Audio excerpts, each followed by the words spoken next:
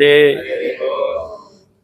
ओम अज्ञानतिमिरान्धस्य ज्ञानाञ्जनशलाकया सत्स्वरोन्मिलितं येन तस्मै श्रीगुरुवे नमः। नमो ओं विष्णुपादाय कृष्णप्रेष्ठाय भूतले श्रीमते भक्तिवेदान्तस्वामीति नामिने। नमस्ते सारस्वती देवे गौरवाणी प्रचारिणे निर्विशेषशून्यवादी भाषा तदेशतारिणे। जय श्री कृष्ण चैतन्य प्रभु नित्यानंद श्री अद्वैत गदाधर श्रीवासदि गौरभक्तवृंद। हरे कृष्ण कृष्ण कृष्ण हरे हरे, हरे राम राम राम हरे हरे। அதனால பகவான் ஸ்ரீ கிருஷ்ணரே சைத்தன்ய மகாபிரபு அவதாரம் செய்தார் அப்படின்னு நிறைய சாஸ்திரங்கள்ல பிரமாணம் இருக்கு. விஷ்ணு சகஸ்ரநாமத்திலையும் சொல்லியிருக்கு. விஷ்ணு சகஸ்ரநாமத்தில் ஸ்வர்ண வர்ண ஹேமாங்கோ வராங்கச்சந்தனாங்கதி சந்நியாசகிருத் சமத்சாந்தி நிஷ்டா சாந்தி பராயணா. ஸ்வர்ண வர்ண ஹேமாங்கோ, கலியுகத்தில் பகவான் ஸ்வர்ண வர்ணத்தில் வருவார், தங்கத்தை உருக்கி காய்ச்சி பொன்னிறம். ஸ்வர்ண வர்ண ஹேமாங்கோ வராங்க சந்தனாங்கதி, அவர் உடம்பெல்லாம் சந்தனம் பூசி இருப்பார், அவர் தங்கத்தை உருக்கிய பொன்னிறத்தில் இருப்பார். அவர் சன்னியாசம் எடுத்துருவார், சன்னியாசம் எடுத்துட்டு கிருஷ்ணநாமத்தை பிரச்சாரம் பண்ணுவார் அப்படின்னு விஷ்ணு சஹஸ்ரநாமத்திலே இருக்கு. அதுக்கப்புறம் பாகவதத்தில் இருக்கு. பாகவதத்தில் 11th cantoல கிருஷ்ணவர்ணம் துஷா கிருஷ்ணம் சாங்க உபாங்காஸ்தரம் யஜ்யம் சங்கீர்த்தன பிராயை எஜேதிகி சுமேதசா. கிருஷ்ண வர்ணம், அவர் கிருஷ்ணர் தான், ஆனா கருப்பு இல்லை. துஷா கிருஷ்ணம், அவர் தங்கத்தை காய்ச்சி உருக்கிய பொன்னிறத்தில் இருப்பார். கிருஷ்ணநாமத்தை பிரச்சாரம் பண்ணுவார், கிருஷ்ணரை பத்தி கொடுக்கறதுக்காக வந்து, கிருஷ்ணருடைய பக்தி கொடுக்கறதுக்காக வந்திருக்காரு. கிருஷ்ணவர்ணம் துஷா கிருஷ்ணம் சாங்க உபாங்க அஸ்திரம், தன் அங்கத்தோடும் அங்கத்தின் அங்கத்தோடும் அஸ்திரங்களோடும் பரிவாரங்களோடும் வருவார். எதுக்காக வரார்? யஜ்யம் சங்கீர்த்தன பிராயை, இந்த யுகத்துக்கான யஜ்யம் நாம சங்கீர்த்தனம். அதுல யார் கலந்துக்கிறாங்களோ கலியுகத்துல வந்து யார் வந்து சைத்தன்ய மகாபுடைய நாம சங்கீர்த்தத்துல கலந்துக்கிறாங்களோ அவங்க தான் சுமேதசான்னு சொல்லியிருக்கு. சுமேதசனா மோஸ்ட் இன்டெலிஜென்ட் பர்சன். இந்த உலகத்துல யார் பெரிய புத்திசாலினா சயின்டிஸ்டோ டாக்டர்ஸோ இல்லை, யார் கீர்த்தனை வந்து கலந்துக்கிறாங்களோ அவங்க எவ்வளோ பெரிய சயின்டிஸ்டாக இருந்தாலும் டாக்டராக இருந்தாலும் ஃபிலாசபராக இருந்தாலும் அவர் வந்து யாராக இருந்தாலும், அவர் இந்த உலகத்தில் எப்பேற்பட்ட படிப்பு படிச்சிருந்தாலும் அவர் கிருஷ்ணநாம சங்கீதத்தை வந்து கலந்துட்டாதான் is a most intelligent person. யஜயதிகி சுமேதசா, மேதசா அண்ட் சுமேதசா. மேதசானா இன்டெலிஜென்ட் பர்சன், சுமேதசன் மோஸ்ட் இன்டெலிஜென்ட் பர்சன். அதனால நாம சங்கீதத்தில் கலந்துக்கிறவங்க எல்லாருமே ரொம்ப புத்திசாலிகள்னு சொல்லியிருக்கு. அதெல்லாம் நம்மளை அதி புத்திசாலி நினச்சிக்க வேண்டாம், இதனால நம்ம பணி எடுத்துக்கணும். சரி, அதனால சாஸ்திரம் சொல்லியிருக்கு, நான் தான் அதி புத்திசாலி நினைக்கூடாது. ஸோ அதனால இங்கே ரொம்ப அழகாக சொல்லியிருக்கு பாகவதத்தில். கிருஷ்ணர் வந்து யுகந்தோறும் வர்றார். கர்க முனிவர் சொல்றாரு வசுதேவர்கிட்ட, இந்த குழந்தை இதுக்கு முன்னாடி சிகப்பு நிறத்தில் வந்திருக்கு, அப்புறம் கருப்பு நிறத்தில் வந்திருக்கு, இப்போ கருப்பு நிறத்தில் இருக்கு, இது மஞ்சள் நிறத்தில் வந்திருக்கு. சுக்ல ரக்ஸ்த ததா பீதா, இந்த குழந்தை வந்து சிவப்பு நிறத்தில் வரும். வராகதேவ் வந்து சிவப்பு நிறத்தில் வந்தார், ராமர் வந்து பச்சை நிறத்தில் வந்தார், கிருஷ்ணர் வந்து மழைக்காலத்து மேகத்து ஒத்த நிறம் ஷாம நிறத்தில் இருந்தார், கௌரங்கர் வந்து மஞ்சள் நிறத்தில் இருந்தார், பொன்னிறத்தில். அதனால கலியுகத்துல பகவான் வந்து மஞ்சள் நிறத்துல அவதரிப்பாரு அப்படின்னு சொல்லியிருக்கு, பொன்னிறத்துல. இல்லை கிருஷ்ணருக்கு இன்னொரு பேர் திரியுகா. திரியுகா நாராயணி டெம்பிள்னு பத்ரிநாத்ல இருக்கு. இதுல பத்ரிநாத் போற வழியில இருக்கு, ஹரித்வார்லாம் தாண்டி பத்ரிநாத் போற வழியில திரியுகி டெம்பிள், திரியுகி நாராயணா. பகவான் 3 யுகத்துல நேரடியாக அவதாரம் பண்ணுவார். சத்தியுகம், திரேதயுகம், துவாபரயுகத்துல கிருஷ்ணர் டைரக்டா அவதாரம் பண்ணுவார். ஆனா கலியுகத்துல நேரடியாக வரமாட்டார், அவர் பக்தனா தான் வர்றார், தன்னை மறைச்சின்றார். அதாவது திரியுகா 3 யுகத்துல பகவான் நேரடியாக அவதரிக்கிறாரு, கலியுகத்துல பகவான் நேரடியாக அவதரிக்கிறாரு, ஆனா அவர் பக்தனா வந்துடுறாரு. அப்போ சைத்தன்ய சரிதாமத்தில் என்ன சொல்லியிருக்குன்னா, பகவான் கிருஷ்ணர் யுகந்தோறும் அவதரிக்கிறாரு, ஆனா எல்லா யுகத்திலையும் பகவான் டைரக்டா கலியுகத்துல வராரான்னா இல்லை. பிரம்மாவுடைய ஒரு பகல்ல கிருஷ்ணர் டைரக்டா சைத்தன்ய மகாபிரபு வராரா. மற்ற யுகங்கள்ல வந்து யுகாவதாரமா வர்றாரு. ஆனா இப்போ சைத்தன்ய மகாபிரபு அவதாரம் நடந்தது இல்லையா, இந்த 500 வருஷத்துக்கு முன்னாடி, இந்த அவதாரம் கிருஷ்ணரே டைரக்டா வந்துதான் சொல்லியிருக்கு. அதனாலதான் இந்த யுகம் வந்து ரொம்ப ஸ்பெஷல். ஏன்னா கிருஷ்ணரே டைரக்டா சைத்தன்ய மகாபிரபு வந்திருக்காரு. 4 யுகத்தையும் சேர்த்தா ஒரு சதுர்யுகம். சத்தியம், திரேதா, துவாபரா, கலி. 4 யுகத்தை கேட்டால் கூட்டினா ஒரு சதுரிகம். கலியுகம் வந்து 4,32,000 வருஷம். கலியுகம் வந்து 4,32,000. அதை டபுள் பண்ணால் துவாபரயுகம் 8,64,000. அதை டபுள் பண்ணால் திரேதாயுகம் 16 லட்சம் வருஷம். இந்த மாதிரி வந்து 4 யுகத்தை கூட்டினா ஒரு சதுரிகம். 4 யுகத்தை கூட்டினா ஒரு சதுரிகம். அது 1000ஆல் பெருக்குன்னா 1000 திவ்ய சதுரிகம் அல்லது ஒரு கல்பம். இது பிரம்மாவுடைய ஒரு பகல். அந்த பிரம்மாவுடைய ஒரு பகல்ல வந்து 71 மனுக்கள் சேஞ்ச் ஆகுறாங்க. மொத்தம் 14 மனுஸ் இருக்காங்க. 14 மனு. சாய்போ மனு, சக்ஷுஷ மனு, வைவஸ்த மனு, இந்திர சாவர்ணி, ருத்ர சாவர்ணி, மேரு சாவர்ணி, தக்ஷிண சாவர்ணி, அந்த மாதிரி 14 மனு இருக்காங்க. இந்த 14 மனுக்களோட லைஃப் டைம் வந்து சேஞ்ச் ஆகிட்டே இருக்கும். அந்த மாதிரி ஒரு பிரம்மாவுடைய டே டைம்ல 71 மன்வந்தர்கள் கடந்து போகும். புரியுதா? அதாவது 4 யுகத்தை சேர்த்தா ஒரு சதுரிகம். அது 1000ஆல் பெருக்குனா ஒரு திவ்ய சதுரிகம் அல்லது ஒரு கல்பம். அது பிரம்மாவுடைய ஒரு டே. அதே மாதிரி பிரம்மாவுடைய ஒரு நைட்டு. இந்த மாதிரி பிரம்மா ஒரு நாள். அந்த மாதிரி 365 நாள் பிரம்மாவுக்கு ஒரு வருஷம். அந்த மாதிரி 100 வருஷம் பிரம்மா இருக்கு. அதான் பிரம்மாவுடைய லைஃப் டைம் வந்து நமக்கு தலை சுற்றி போயிடும். லைஃப் டைம் கேட்டால் அந்த பிரம்மாவுடைய வாழ்நாளில் ஒரு நாளில் 71 மனுக்கள் மாறுறாங்க. அப்போ 28வது மன்வந்தரத்தில் பகவான் கிருஷ்ணர் டைரக்டாக சைத்தன்ய மகாபிரபு வர்றார். இப்போ நடந்த சைத்தன்ய மகாபிரபு லீலை வந்து கிருஷ்ணர் டைரக்டாக வந்தது. அதனால this Yuga was very very important, ரொம்ப ஸ்பெஷல். கிருஷ்ணரே டைரக்டாக சைத்தன்ய மகாபிரபு வந்திருக்காரு. அப்புறம் விஷ்ணு சஹஸ்ரநாமம் வந்து பாகவதனம் சொல்லியிருக்கு. கிருஷ்ணா வந்து சைத்தன்ய மகாபிரபு முழு முதற் கடவுள்.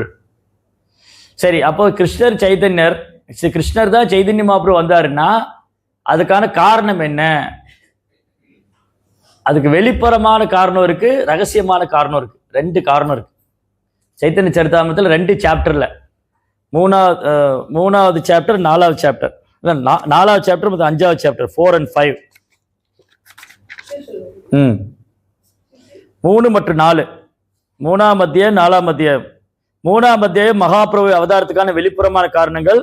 4வது அத்தியாயம் மகாபிரபு அவதாரத்துக்கான ரகசியமான காரணங்கள். ஏன் வந்து கிருஷ்ணர் சைதன்ய மகாபிரபு அவதாரம் பண்ண அதுக்கு எக்ஸ்டர்னல் ரீசன் என்ன, அதுக்கு இன்டர்னலான ரீசன் என்ன? ரகசியமான காரணம் இருக்கு, மொத்தத்தில் காரணமற்ற கருணை அது. பட் இருந்தாலும் அதை வந்து ஆச்சாரியர் வந்து எக்ஸ்பிளைன் பண்றாங்க. ஏன் வந்து கிருஷ்ணர் சைதன்ய மகாபிரபு அவதாரம் பண்ணார், அதுக்கு எக்ஸ்டர்னல் ரீசன் என்ன, இன்டர்னல் ரீசன் என்ன? ஸோ எக்ஸ்டர்னல் ரீசன் 3, வெளிப்புறமான காரணம் 3 காரணம், ரகசியமான காரணம் 3 காரணம். ஏன் வந்து கிருஷ்ணர் சைதன்ய மகாபிரபு அவதாரம் பண்ணாரு? வெளிப்புறமான காரணம் என்னன்னா யுக தர்மத்தை ஸ்தாபனம் பண்றதுக்காக வந்தார்.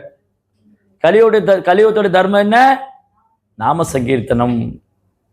ஹரே கிருஷ்ணா கிருஷ்ண கிருஷ்ணா ஹரே ஹரே, ஹரே ராம ராம ராம ஹரே ஹரே. இந்த நாம சங்கீர்த்தனத்தை ஸ்தாபனம் செய்யறதுக்காகவே பகவான் கிருஷ்ண சைதன்ய மகாபிரபு வந்தார். கிருஷ்ணரே சைதன்ய மகாபிரபு வந்து இந்த நாம சங்கீர்த்தனத்தை ஸ்டார்ட் பண்றார். செகண்ட் ரீசன் வந்து அவர் வந்து தூய பக்தி தொண்டு பிரச்சாரம் பண்றார். சைதன்ய மகாபிரபு வேற ஒன்றும் பிரச்சாரம் பண்ணல.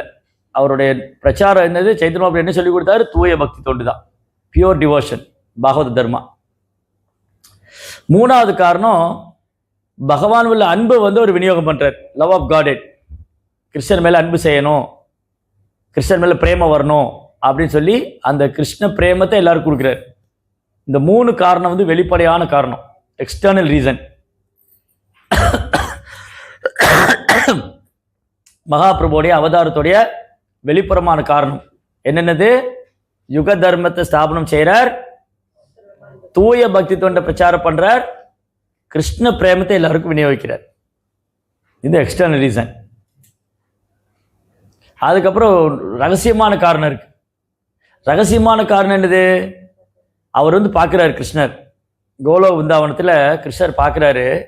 அங்கே எல்லாரும் கிருஷ்ணர்கிட்ட அன்பு செய்கிறாங்க. யசோதாமா நந்தகோபுரம் கிருஷ்ணரை தன் குழந்தையா பாவிச்சிருக்காங்க. அப்புறம் அர்ஜுனன் போன்ற அதாவது அங்கே இருக்கிற கோலோ விருந்தாவனத்தில் இருக்கிற சுதாமா, ஸ்ரீதாமா, மதுமங்கலம் கிருஷ்ணரை நண்பராக நினைச்சு நட்பு ரீதியா சக்கிய பாவம் வச்சிருக்காங்க. கோபிகள்லாம் கிருஷ்ணர் மேல காதல் பாவம் வச்சிருக்காங்க, மாதுரிய பாவம்.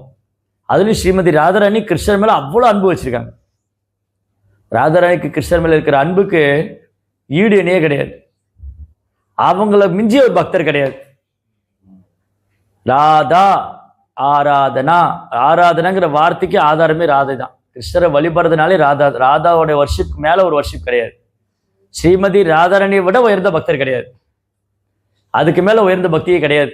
அதுதான் எண்டு, அதுக்கு மேல ஒன்றும் எக்ஸ்பிளைனே பண்ண முடியாது. அது வந்து சைத்தன்ய சரித மத்திய லீலையில ராமானந்தராயரும் மகாபிரபு பேசிக்குவாங்க. அந்த லீலையில வரும், மகாபிரபு ஒன்னொன்னா கேட்டுட்டே போவாரு. கடைசியில ராதையோட பாவம் வந்ததுக்கப்புறம் அதுக்கு மேல எக்ஸ்பிளைன் பண்ண ஒன்றும் இல்லை, அதை விட உயர்ந்தது இல்லைன்னு சொல்லி. அதனால பகவான் நினைக்கிறார் கோலோ வந்தாவனத்துல, இந்த ராதாரணிக்கு ஏன் என் மேல எவ்வளவு அன்பு, ராதாரணி என்ன என்கிட்ட அனுபவிக்கிறாங்க, அவங்களோட மூடு என்ன, ராதையோடைய பாவம் என்ன, அதை நானும் கூட அனுபவிக்கணும். ஏன்னா கிருஷ்ணர் வந்து என்ன பரம அனுபவிப்பாளர். கிருஷ்ணருக்கு இன்னொரு பேர் வந்து ரசராஜ், எல்லா விதமான ரசங்களையும் அனுபவிக்கிறவர், எல்லா ரசத்தையும் அனுபவிப்பார். ரசம்னா என்ன நினைச்சிடக்கூடாது நம்ம உடனே மிளகு ரசம், தக்காளி ரசம், பைனாப்பிள் ரசம் இல்லை. இங்க சொல்ற ரசம் வேற. இந்த ரசம் வந்து பக்தியினுடைய அன்பு ரசம், சாந்த தாசிய சக்கிய வாசல்யன் மாதுரியம். அப்போ இந்த ஸ்ரீமதி ராதாரணிக்கு கிருஷ்ணர் மேல அவ்வளவு அன்பு இருக்கு. என்ன அப்படி என்கிட்ட அனுபவிக்கிறாங்க ராதாரணி? ஏன்னா அவர் வந்து குழந்தையா வந்து யசோதாமோடைய அன்பு பரிமாற்றம் பண்றாரு. அப்புறம் நண்பர்களா அர்ஜுனன்ட்டு அன்பு பரிமாற்றம், சீதாமா சுதாமா அவங்ககிட்ட அன்பு பரிமாற்றம் பண்றாரு. இந்த ராதாரணிக்கு வந்து ஏன் என் மேல அவ்வளவு அன்பு? அப்ப என்கிட்ட இருந்து என்ன கவர்ந்தது ராதாரணிய, அந்த சுவையை நானும் அனுபவிக்கணும், அந்த மனோபாவத்தை நான் அனுபவிக்கணும். ஆனா கிருஷ்ணரை வந்து ராதையோடைய பாவத்துல வராரு சைத்தன்ய மகாபிரபுவா. ராதாரணியோடைய பாவத்துல டு அந்த எக்ஸ்பீரியன்ஸ் ராதாரோட மூடு, ராதாரனுடைய மனோபாவத்தை நான் அனுபவிக்க வேண்டும் கிருஷ்ணர் விரும்புறாரு. என்ன என்கிட்ட இருந்து என்ன ராதாரணி அட்ராக்ட் பண்ணிச்சு, என்கிட்ட இருந்து ராதாரணிக்கு ரொம்ப பிடிச்சிருக்கு, அதை நானும் அனுபவிக்கணும், அந்த இன்பத்தை நானும் அனுபவிக்கணும். கிருஷ்ணன் இந்த மூட் ஆஃப் ஸ்ரீமதி ராதாராணி சைத்தன்ய மகாபிரபு. அப்போ அவர் கேட்டார், ஏன் பொன்னிறத்தில் வந்தார்னு கேட்டார் நேற்று. ஏன் கிருஷ்ணர் ஓகே, கிருஷ்ணர் ராதாரணியுடைய பாவத்தில் வந்தார், அப்போ சாம நிறத்திலே வந்திருக்கலாமே, ஏன் பொன்னிறத்தில் வரணும்? இப்போ கிருஷ்ணர் வந்து சைத்தன்ய மகாபிரபு கிருஷ்ணரே வந்திருக்கார். சைத்தன்ய மகாபிரபு கிருஷ்ணருடைய கலர்லேயே வந்திருந்தா அவர் கண்ணடியில் பார்க்கும்போது நான் கிருஷ்ணான்னு தெரிஞ்சு போயிடும். ஆனால் பொன்னிறத்தில் பார்த்தா அவர் கிருஷ்ணருடைய ஞாபகம் வராது, ராதாரணியுடைய ஞாபகம் தான் வரும். ராதாரணிக்கு என்ன பாவம் இருக்கோ அதான் கௌரங்கா, பிகாஸ் ராதாரணி இஸ் கௌரங்கி. தப்த காஞ்சன கௌரங்கி ராதே பிருந்தாவனேஸ்வரி ரிஷபானு சுதே தேவி பிரணமாமி ஹரிப்பிரியே. கௌரங்கி. ஒரு நாள் என்ன பண்ணாங்க, ராதையும் கிருஷ்ணன் லீலை பண்ணிட்டு இருந்தாங்க பிருந்தாவன்ல. அப்போ ரெண்டு பேரும் லீலை பண்ணிட்டு இருக்கும்போது திடீர்னு கிருஷ்ணா மறைச்சிட்டார். இப்போ ராதாரணி கிருஷ்ணரை தேடிட்டே போறாங்க. அப்படி தேடிட்டு போகும்போது கிருஷ்ணர் என்ன பண்ணாரு, யமுனா நதிக்கரையில ஒரு புளிய மரத்துக்கு அடியில் போய் ஒழிஞ்சுட்டார். அந்த புளிய மரத்தில் சொல்றாரு, இங்க ராதாரணி வந்தா நான் இருக்கேன்னு சொல்லிடாதேன்னு, நான் இங்க ஒழிஞ்சுக்கிறேன், நீ சொல்லிடாத. அந்த புளிய மரம் சரின்னு சொல்லிடுது. ராதாரணி கிருஷ்ணரை தேடிட்டே வந்தாங்க. அந்த புளிய மரத்திட்ட கேட்குறாங்க, நீ கிருஷ்ணரை பார்த்தியா? அது இல்லைன்னு போய் சொல்லிடுது. அப்போ ராதாரணிக்கு தெரிஞ்சு போயிடுது, கிருஷ்ணரை கண்டுபிடிச்சிட்டாங்க. அந்த புளிய மரம் போய் சொல்லிடுது. அப்போ சபிச்சுட்டாங்க அவங்க, விருந்தாவனத்தில் எந்த புளிய மரத்துலையும் புளியங்காயே வராதுன்னு. இன்னைக்கு போனீங்கன்னா விருந்தாவனத்தில் எந்த புளிய மரத்துலையும் புளியங்காய் வராது. அந்த புளிய மரத்துக்கு இம்லின்னு பேர் சான்ஸ்கிரிட்ல. இம்லி தலான்னு ஒரு இடம் இருக்கு யமுனா நதிக்கரையில்.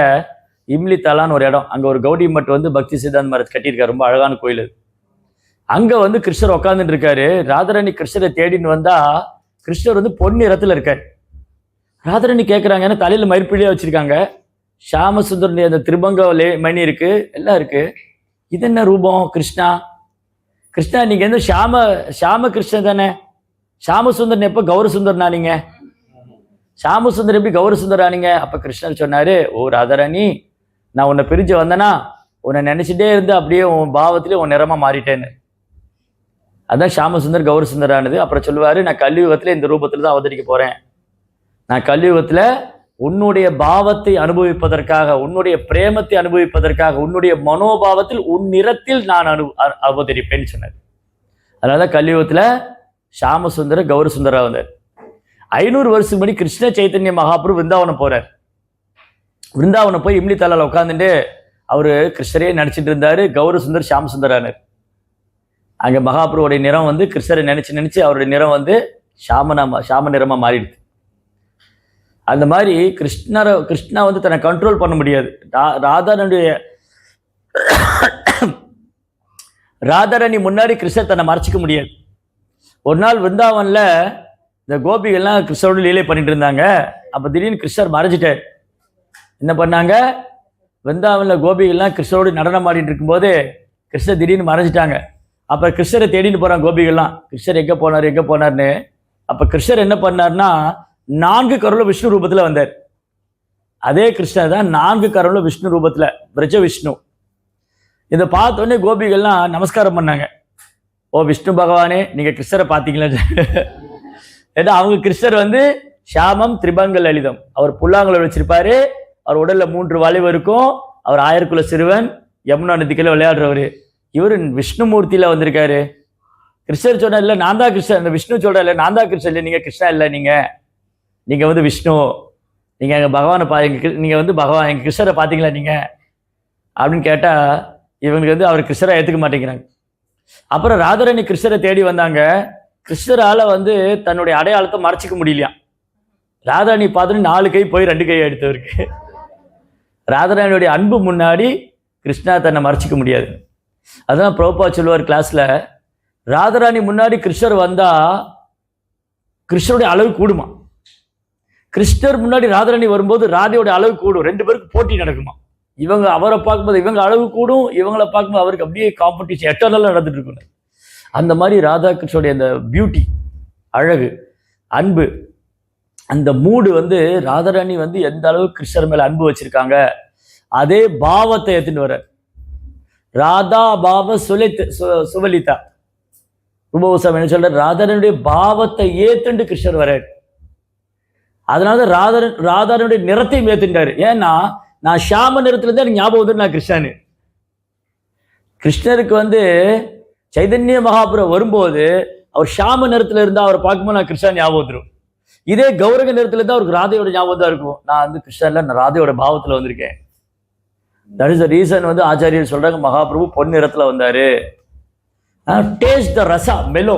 2வது காரணம் வந்து ஃபர்ஸ்ட் ராதையோடைய பாவத்தை ஏத்துட்டார். ஃபர்ஸ்ட் முதல் காரணம், ரகசியமான காரணம், சைதன்ய மகாபுரு ராதையோட பாவத்தை ஏத்துட்டாரு. 2வது அந்த சுவை, மாதுரிய ரசம், அந்த ராதாராணிக்கு கிருஷ்ணர் மேல உள்ள பிரேமத்தை வந்து மகாபிரபு அனுபவிக்கணும்னு நினைக்கிறார். நானும் அதை டேஸ்ட் பண்ணணும். அப்படி என்ன ராதாராணிக்கு என் மேல அவ்வளோ அட்ராக்ஷன், அவ்வளோ டிவோஷன் அவங்களுக்கு, அந்த டிவோஷனை வந்து நானும் என்ஜாய் பண்ணணும். கிருஷ்ணா வந்து அனுபவிக்கிறார். தென் கிருஷ்ணன் என்ன பண்றாராம், ராதாராணியோடைய அந்த தெய்வீகமான அன்பு, அந்த பிரேமத்தை கிருஷ்ணா வந்து அனுபவிக்கிறார். கிருஷ்ண பிரேம்.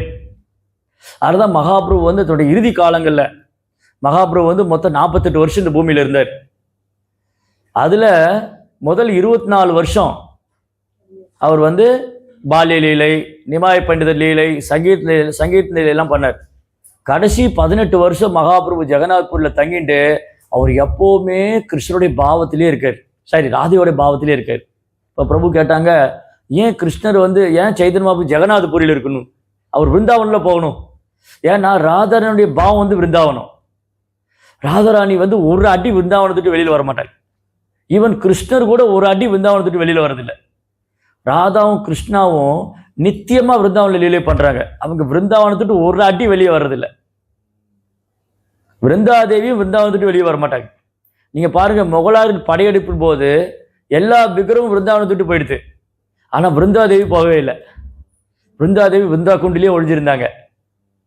அங்க இருக்க விருந்தா குண்டுன்னு ஒரு இடம் இருக்கு, ரொம்ப அழகான இடம். அங்க விருந்தாதேவி கிளியோட இருப்பாங்க, துளசி தேவி, ரொம்ப அழகான விக்கிரகம். அதனால விருந்தாதேவி, ராதாராணி இவங்கெல்லாம் விருந்தாவனத்துட்டு போக மாட்டாங்க. ஸோ கிருஷ்ணா சைத்தன்ய மகாபுரம் வந்து சன்னியாசம் எடுத்துட்டதுக்கு அப்புறம் அவர் ஓடுறார். நான் விருந்தாவனத்துக்கு போகணும், விருந்தாவனம் போகணும், நான் வந்து கிருஷ்ணரை பார்க்கணும், கிருஷ்ணன் எங்க இருக்காரு, கிருஷ்ணர் ஏன் முன்னாடி வரல அப்படின்னு ராதாராணியுடைய பாவத்துல சைத்தன்ய மகாபுரம் ஓடுறார், ஃபாஸ்டா ஓடுறார் விருந்தாவனம் போகணும்னு. அப்போ வானத்திலிருந்து ஒரு அசிரி சப்தம் வருது, மகாபிரபு இப்ப நீங்க விருந்தாவனம் போக வேண்டாம், உங்களுக்கு நிறைய சேவை இருக்கு, நீங்க நிறைய பிளான் வச்சிருக்கீங்க, அதெல்லாம் நீங்க இப்ப விருந்தாவனம் போக வேண்டாம், நீங்க நவதீப் திரும்ப போங்க அப்படின்னு ஒரு அசிரீரி கேட்குது வானத்திலிருந்து. இது ஒரு ரீசன். இன்னொரு காரணம் வந்து சைதன்ய மாபுரி அண்ணா வந்து விஸ்வரூபா சன்னியாசி எடுத்துன்னு போயிடுவார். சைதன்ய மாபுருக்கு ஒரு அண்ணா இருப்பார் விஸ்வரூபா பலராம், அவர் வந்து சன்னியாசி எடுத்துன்னு போயிடுவாங்க. அப்போ நிமாய் தான் உங்களுக்கு ஒரே குழந்தை, ஜெகநாத் மிஸ்ருக்கு சச்சி மாதாவுக்கும். ஆனா பிற்காலத்தில் நிமாயும் சன்னியாசி எடுத்துட்டார். இதை சச்சி மாதா எதிர்பார்க்கவே இல்லை, நிமாய் சன்னியாசி எடுத்துன்னு போயிடுவார். ஜெகநாத் மிஸ்ருக்கு தெரியும் ஒரு நாள் கனவுல வந்தது நிமாய் சன்னியாசி எடுத்துன்னு போயிடுவார்னு. அவர் நிமாயோடைய பிரிவு தாங்க முடியாம அழுது அவர் இந்த பூமியை விட்டு கோலவந்தானம் போயிடுவார். ஸோ அப்போ சச்சி மாதாவுக்கு இருக்கிற ஒரே ஷெல்டர் வந்து நிமாய் தான். ஸோ நிமாய் வந்து தன் கூட இருப்பான்னு நினச்சிட்டு இருந்தா நிமாய் சன்னியாசி எடுத்துட்டாரு. அப்போ சன்னியாசி எடுத்துட்டு வரும்போது சச்சி மாதா வந்து ரெக்வஸ்ட் பண்ணுவாங்க, நீங்க வந்து நிமாய் நீ வந்து விருந்தாவனம் போக வேண்டாம், நீ விருந்தாவனம் போனா நீ என்ன பண்றேன்னு எனக்கு ஒன்றும் தெரியாது, யார் சொல்லுவா நீ எப்படி இருக்க என்ன பண்றேன்னு. அதில் நீ ஜெகநாத் புரியிலே தங்கிட்டீங்கன்னா ஜெகநாத் புரி விருந்தாவனமும் ஒரு வீட்டுக்கு 2 கதவு இருக்கிற மாதிரி, ஒரு வீட்டுக்கு 2 டோர் இருந்தா எப்படி அது மாதிரி பக்கம் பக்கம். நீ ஜெகநாத் புரியில இருந்துட்டேன்னா ஜெகநாத் கிருஷ்ணர் வேற வேற இல்லை. ஸோ ஜெகநாத் கிருஷ்ணர் வேற வேற இல்லை, அதில் நீ ஜெகநாத் புரியை தங்கிக்கணும்னு சச்சி மாதா சொன்னாங்க. இது செகண்ட் ரீசன் ஏன் மகாபிரபு விருந்தாவனத்தை விட்டு ஜெகநாத் புரி. தேர்ட் ரீசன் வந்து விருந்தாவனம் இஸ் நன் அதர், இந்த ஜெகநாத் புரியும் விருந்தாவனம் வேற வேற இல்லை. அங்கே ஜெகநாத் 2 பாவத்தில் இருக்காரு. அங்கே வந்து 2 கோயில் இருக்கு, ஒன்று வந்து நீலாச்சல், இன்னொரு சுந்தராச்சல். நீலாச்சல் கோயில் வந்து கிருஷ்ணர் ஐஸ்வர்ய பாவத்தில் உட்கார்ந்துட்டு இருக்கார். கிருஷ்ணரே வந்து ஐஸ்வர்ய பாவத்தில் துவாரகா, அதாவது ஜெகநாத் புரி எவ்வளோ பேர் போயிருக்கீங்க? ஜெகநாத் புரியில் 2 கோயில் இருக்கும், ஒன்று வந்து குண்டிச்சா கோயில்னு ஒன்று இருக்கு, இன்னொன்று வந்து சுந்தராச்சல் இப்போ இருக்கிற பெரிய டெம்பிள் இல்லையா, அது பெரிய கோபுரம் இருக்கு இல்லையா, அந்த கோயில் வந்து நீலாச்சல். நீலாச்சல நிவாசாய நித்தியாய பரமாத்மனே. நீலாச்சலத்தில் ஜெகநாத் புரியில ஜெகநாதர் கிருஷ்ணர் நித்தியமா வாசம் பண்றார். பலபத்ராய் சுபத்ரபியாம் ஸ்ரீ ஜெகநாத, பலபத்ரோடு சுபத்திரையோடும் என்ன சொல்லியிருக்கு சாஸ்திரத்துல, ஸ்கந்த புராணத்துல. நீலாச்சலத்துல ஜெகநாத புரியில பகவான் நித்தியமா வாசம் பண்றார், பரபிரம்மம். அந்த நீலாச்சல தாமம் வந்து அது வந்து துவாரகா தாமம். கிருஷ்ணர் வந்து ஐஸ்வர்ய பாவத்தில் உட்கார்ந்துருக்கார் நீலாச்சலத்துல. இந்த சுந்தராச்சலம்ங்கிறது வந்து குண்டிச்சா கோயில், அதான் ஜெகநாவுடைய பர்த் பிளேஸ். என்ன பண்ணுவாங்க, அந்த குண்டிச்சா கோயில், குண்டிச்சாங்கிறது ராணியோட பேரு. இந்திரதும்னா இருக்காங்க இல்லையா, இந்திரதும்னோட வைஃப் தான் குண்டிச்சா. அப்ப இந்திரதும்னா வந்து யஜ்யம் பண்ணி 1000 அஸ்வமேத யஜ்யம் பண்ணுவார். பிரம்மாவுடைய கைடன்ஸ்ல ஒரு 1000 அஸ்வமேத யஜ்யம் பண்ணி அங்க நரசிம்மமூர்த்தியை பிரதிஷ்டை பண்ணி நரசிம்மத்தை பிரார்த்தனை பண்ணி அங்க பகவான் அவதாரம் பண்ணுவார். ஜெகநாவுடைய பர்த் பிளேஸ் வந்து சுந்தராச்சல், தட் மீன்ஸ் விருந்தாவன். சுந்தராச்சலம் குண்டிச்சா கோயில் வந்து விருந்தாவனம், ஜெகநாத் புரி வந்து நீலாச்சலம், அது துவாரகாதான். அப்ப ரதோத்சவம் என்னன்னா, இந்த விருந்தாவனத்து கோபிகள்லாம் எப்படியாவது கிருஷ்ணரை துவாரகிலிருந்து விருந்தாவனம் கூட்டிட்டு வந்துடணும். ரதம் எங்க நடக்குது, நீலாச்சலம் தொடங்கி சுந்தராச்சலுக்கு வருது இல்லையா. ஜெகநாத் புரி ரதம் இழுக்க ஆரம்பிச்சு அந்த ரதம் அப்படியே ரத வீதி வழியா வந்து குண்டிச்சா கோயிலுக்கு வந்து அங்க ஜெகநாத் தர்சனம் கொடுத்துட்டு திரும்பி உள்டார், அது திரும்ப அங்க போவார். இது ஒரு அழகான பாஸ்ட் டைம் இது. அப்போ சுந்தராச்சலம் வந்து இந்த குண்டிச்சா கோயில் வந்து விருந்தாவனம், அந்த ஜெகநாதபுரி வந்து துவாரகாதாம். அப்ப கோபிகள்லாம் வந்து துவாரகையில் இருக்கிற கிருஷ்ணர் எப்படியா விருந்தாவனத்துக்கு கூட்டிட்டு வந்துடணும், அப்படி ரதத்துல உட்கார வச்சு அவர் அழைச்சின்னு போகணும். கிருஷ்ணர் குருக்ஷேத்திரத்துக்கு வந்திருந்தாங்க ரொம்ப நாளுக்கு அப்புறம். கிருஷ்ணா குருக்ஷேத்திரம் வராங்க, அங்க கோபிகள்லாம் பாக்குறாங்க, இவர் நம்ம கிருஷ்ணர் இல்லை, நம்ம கிருஷ்ணர் வந்து தலையில மயிர்பீடி வச்சுட்டு ரொம்ப சாதாரண ஆயர்குல சிறுவனா இருப்பார். இவர் துவாரகா கிருஷ்ணர், துவாரகாபதி, துவாரகேஸ்வர், இவர் ராஜ பாவனையில் இருக்காரு. இந்த கிருஷ்ணர் நமக்கு வேணாம், எனக்கு துவாரகா கிருஷ்ணர் வேணாம், எங்களுக்கு விருந்தாவன கிருஷ்ணர் தான் வேணும் அப்படின்னு அந்த கிருஷ்ணரை ரதத்துல வச்சு அழைச்சின்னு போறாங்க விருந்தாவனுக்கு. ஸோ ரத உற்சவத்துடைய நோக்கம் என்னன்னா, கோபிகள் தன் இதயத்துல கிருஷ்ணரை ஏந்திண்டு அவங்கள விருந்தாவனத்துக்கு அழைச்சின்னு வரணும், துவாரகா கிருஷ்ணரை விருந்தாவனுக்கு அழைச்சின்னு வரணும். அப்ப ஜெகநாத புரியில ஜெகநாதர் 2 விதமா லீலை பண்றாரு. ஒன்னு நீலாச்சலத்துல அந்த ரத்ன சிம்மாசனத்துல உட்காந்துட்டு அவர் துவாரகாபதியா உட்கார்ந்துருக்காரு, துவாரகேஸ்வரனா. அதே ஜெகநாதர் ரதத்தை விட்டு வெளியில வரும்போது விருந்தாவன் மூட்ல வர்றாரு, நான் விருந்தாவனத்துக்கு போக போறேன் அப்படின்னு லட்சுமிகிட்ட முதல்ல லட்சுமிகிட்ட பர்மிஷன் வாங்கணும். அது ஒரு சூப்பர் அழகான ஒரு லீலை நடக்கும். ஹேரா பஞ்சமின்னு வரும், நீங்க வைஷ்ணவ கேலண்டர்ல பார்த்தா ஹேரா பஞ்சமி, அது வந்து சைத்தன்ய சரிதாமத்துல மத்திய லீலை டீட்டெயிலா இருக்கு. ஹேரானா லட்சுமி, பஞ்சமினா 5வது நாள். முதல்ல கணவர் பர்மிஷன் வாங்கணும் மனைவிட்ட. இப்போ ஸ்ரீதாம் பிரபு எங்கேயா போனால் முதல்ல மாதாஜி சொல்லணும், நான் 2 நாள் வெளியூர் போறேன்னு. சொல்லாமல் போயிட்டாரு, தீந்தார் அவர், வீட்டுக்குள்ளே ஏற்ற மாட்டாங்க அவரை இல்லையா. சொல்லாமல் போக சொல்லுங்க பார்க்கலாம், எங்க இருக்கேன்னு எங்க போறேன்னு சொல்லலை, போயிட்டு ஃபோன் பண்ணல, ஒரு தகவல் இல்லை. நீங்களே மனுஷனா மதிக்கிறீங்களா சண்டை போடுவாங்க அவன்கிட்ட. ஏதோ ஒரு வார்த்தை சொன்னீங்களா போகும்போது? சரி எப்போ வரேன்னா சொல்லிட்டு போனீங்களா? எங்கே போறேன்னு ஒரு வார்த்தை சொல்லிட்டு போகிறதுக்கு என்ன பிரச்சனை உங்களுக்கு? சண்டைக்கு வந்துடுவாங்க. அது மாதிரி லட்சுமி தேவிட்ட பதில் பர்மிஷன் வாங்குறாரு கிருஷ்ணர் வந்து. ஓ லட்சுமி தேவி, நான் ஒன்றும் இல்லை, சும்மா அந்த குண்டிச்சா கோயில் வரைக்கும் போயிட்டு வரேன்னு. சரி தாராளமாக போயிட்டு வாங்கன்னு அனுப்பிச்சு வச்சிட்டாங்க. இவங்க என்ன போயிட்டு திரும்ப வந்துடுவாருங்க. ஒரு நாள் ஆச்சு, 2 நாள் ஆச்சு, 5 நாள் ஆகி கிருஷ்ணர் வரவே இல்லை. அவர் அங்கேயே உட்காந்துட்டாரு. லட்சுமி கோவம் வந்துருச்சு. என்ன தைரியம் இருந்தால் இப்போ வரேன்ட்டு போயிட்டு 5 நாள் ஆகியும் வரல அப்படின்னு லட்சுமி அலங்காரம்லாம் பண்ணிட்டு ஆபரணம்லாம் போட்டுட்டு பல்லக்கில் வராங்க. நேராக வந்து சுந்தராச்சல் கோயிலுக்கு வராங்க. வந்து அங்கே ஜெகனுடைய சர்வன்ட் எல்லாம் இருப்பாங்க. அவங்கள போட்டு அட்டிட்டு அடிச்சு உதச்சி, எங்கே உங்க எஜமான கூப்பிட வர, இப்போ வரட்டு வந்தவர் தானே. அந்த ஒரு லீலை வந்து அழகாக நடக்குவாங்க சுந்தராச்சல் கோயிலில். லட்சுமி தேவி போய் 5ஆவது நாள் லட்சுமி விக்கிரகம் போவாங்க. இங்கேருந்து போய் ஜெகநாத் டிவோட்டிகளை அடி கொடுப்பாங்க. கொடுத்து உங்க பிரபு இப்போ வரேன்ட்டு வந்தவர் எங்கே அவர் கூப்பிடுங்க அப்படின்னு ரதத்தை உள்டா திரும்ப ரதத்தில் அவர் அழைச்சிட்டு வருவாங்க ஜெகநாத் கோயிலுக்கு. அதனால இது என்ன பண்றாருன்னா, கிருஷ்ணர் வந்து நீலாச்சலத்திலிருந்து சிம்மாசனம், ரத்ன சிம்மாசனம் எடுத்துட்டு வெளியில வந்தோடனே அவர் வந்து பிருந்தாவன பாவத்தில் இருக்கார். சைத்தன்ய மகாபிரபு கிருஷ்ணர் தான். அவர் என்ன பண்றாரு, ராதையோடைய பாவத்தில் போய் கிருஷ்ணர் பண்ணி நடனம் பண்றாரு. ஸோ இங்க கிருஷ்ணர் ஜெகநாதரா இருந்து ராதையோடைய பாவத்தில் இருக்கிற மகாபிரபு டான்ஸை என்ஜாய் பண்றாரு. ஸோ அங்க பாருங்க எவ்வளவு ரெசிப்ரோகேஷன். ஒரே பகவான் 2 விதமா அன்பு அனுபவிக்கிறார். ஒருத்தர் கிருஷ்ணரா இருந்து சைத்தன்யா அப்படியே பாவத்தை ஏத்துன்றார், ராதையோடைய பாவத்தை ஏத்துக்கிறாரு. மகாபிரபு ராதையோடைய பாவத்தில் ஜெகநாத் டான்ஸ் ஆடுறாரு. மகாபிரபு என்ன பண்ணுவாரு, ஜெகநாத் முன்னாடி ரதத்தில் போய் டான்ஸ் ஆடிட்டு இருப்பார், நடனம் ஆடுவார். திடீர்னு காணாம போயிடுவார். அப்போ ரதம் நகராது, ஜெகநாதர் மூவ் ஆக மாட்டார், ரதம் நகராது. ராஜா வந்து யானையெல்லாம் கூப்பிட்டாங்க. யானையெல்லாம் கூப்பிட்டு ஆயிரக்கணக்கான ரதம் யானை பிளிரிண்டு போய் அந்த ரதத்தை இழுத்து தலைனா 1 இன்ச்சு நகர மாட்டேங்குது. மகாபுரம் என்ன பண்ணுவாரு, பின்னாடி போய் தலையை வச்சு ரதத்தை முட்டுவார். அதுக்கப்புறம் திரும்பி அப்படி ஜம்ப் பண்ணி வந்து முன்னாடி நடனம் பண்ணும், ஜெகநாத் அப்படி மூவ் ஆவார். இதுதான் அந்த நீலாச்சல அந்த விருந்தாவனம் வந்து ஜெகநாத்புரி விருந்தாவனம் வேற வேற இல்லை. அங்க கிருஷ்ணா வந்து ஜெகநாதர் வந்து ரொம்ப ஆனந்தமா இருந்தா கிருஷ்ணர் ஜெகநாதர். கிருஷ்ணா வந்து ரொம்ப ஆனந்தத்தில் இருந்தா ஜெகநாதர். தெரியல ஜெகநாத் பாஸ்ட் டைம் அவர் வந்து கிருஷ்ணா வந்து கண்ணெல்லாம் பூரிச்சு போய் முகம்லாம் வெளிரி போயிடுச்சு. அவருடைய லீலைகளை அவரே கேட்டது. ஒரு நாள் வந்து துவாரகையில் இருக்கிற ராணிகள்லாம் வந்து ரோகிணி மாதா உட்கார வச்சுட்டு, நீங்கள்லாம் வந்து கிருஷ்ணர் கூட இருந்திருக்கீங்க, ஒரு பாலி லீலையெல்லாம் பார்த்துருக்கீங்க, நாங்கள் வந்து கிருஷ்ணருடைய பாலி லீலையை பார்த்ததே இல்லை, எங்களுக்கு சொல்லுங்களேன்னு சொன்னா. அப்போ ரோகிணி மாதா சொன்னா, நான் சொல்கிறேன் கிருஷ்ணர் பலரும் வராங்களான்னு பார்த்துக்கோங்க, அவங்க வரக்கூடாது, அவங்க வராமல் இருக்கணும், அப்போ தான் நான் சொல்லுவேன்னா. யாரோ போய் கதவு பக்கம் நின்றுக்கோங்க, அங்கே முன்னாடி என்ட்ரன்ஸில் நின்றுக்கங்க, யாரா வந்தால் சொல்லுங்கன்னா. யார் போவா, எல்லாரும் கதை கேட்க ஆவலாக இருக்கா. சுபத்ரா சொன்னா அங்கிருந்து கேட்டுக்கிறேன்னா. சுபத்ரா சொன்னா நான் போய் அங்கே நின்றுக்கிறேன், அவங்க வராங்களான்னு பார்த்து சொல்கிறேன் அப்படின்னா. அப்போ சுபத்ரா அங்கே நிற்க வச்சுட்டு ரோகிணி மாதா வந்து பியூட்டிஃபுல்லாக எக்ஸ்பிளைன் பண்ணுறாங்க, கிருஷ்ணா வந்து எப்படி பால்ய லீலை பண்ணார், அவர் விருந்தாவனத்தில் லீலைகள்லாம் சொல்லும்போது எல்லாம் ஆன்னு கேட்டுட்டு இருக்காங்க. அப்படியா, இப்படியெல்லாம் நடந்துதா? அப்படியே சுபத்ரா கண்ணெல்லாம் பூரிச்சு போயிடுது. ஆன்னு பார்த்துட்டு இருக்காங்க, மறந்தே போயிட்டாங்க யார் வரான்னு சொல்லு.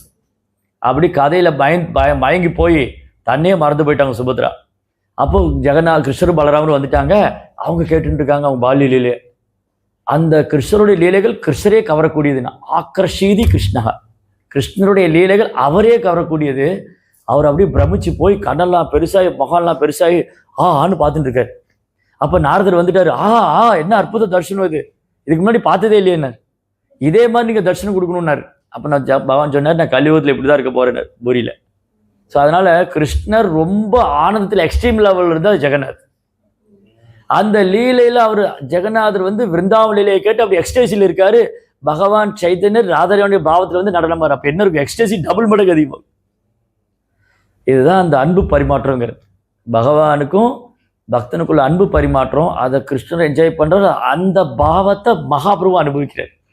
கிருஷ்ணரே ராதாரனுடைய பாவத்தில் வந்து அதை அனுபவிச்சார்.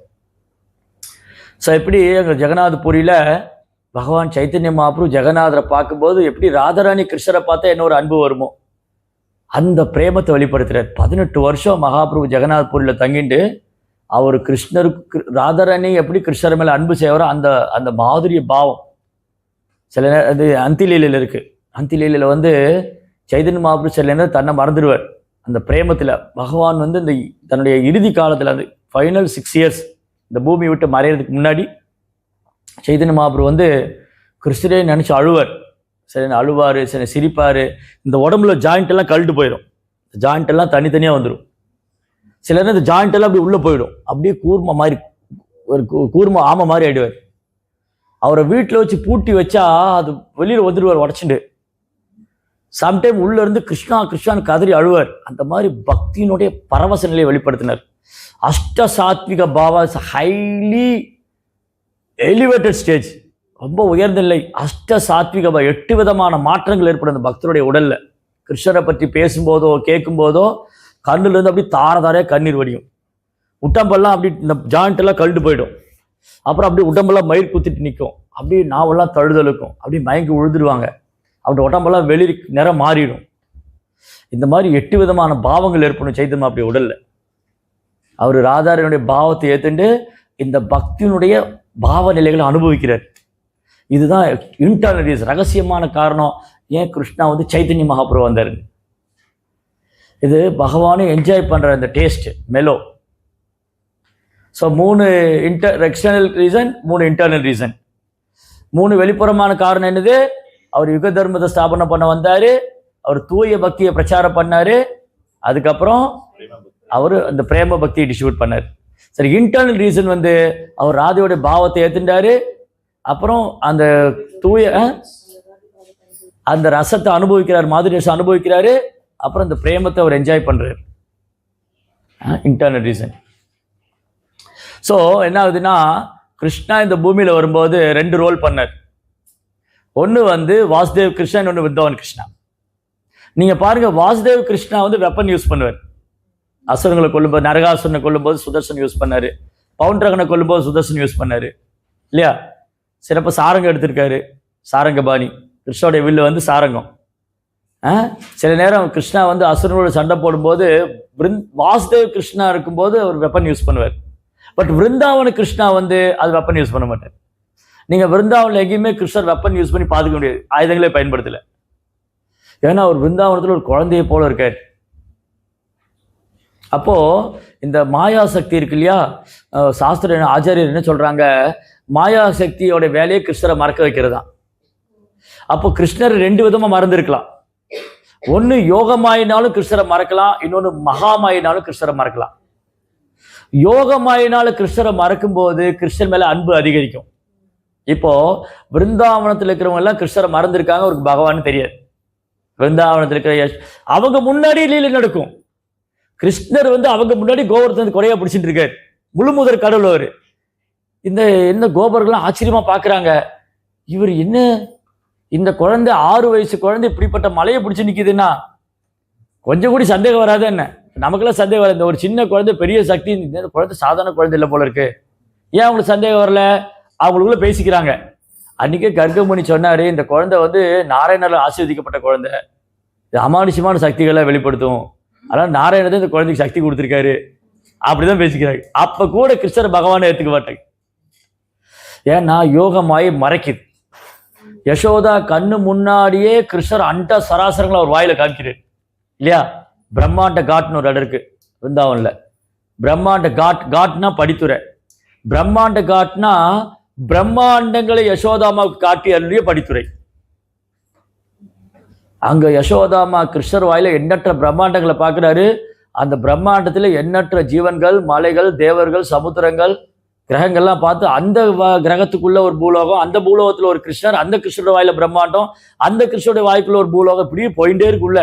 யசோதாமா பிரமிச்சு போனாங்க, ஐயோ இது யாரு?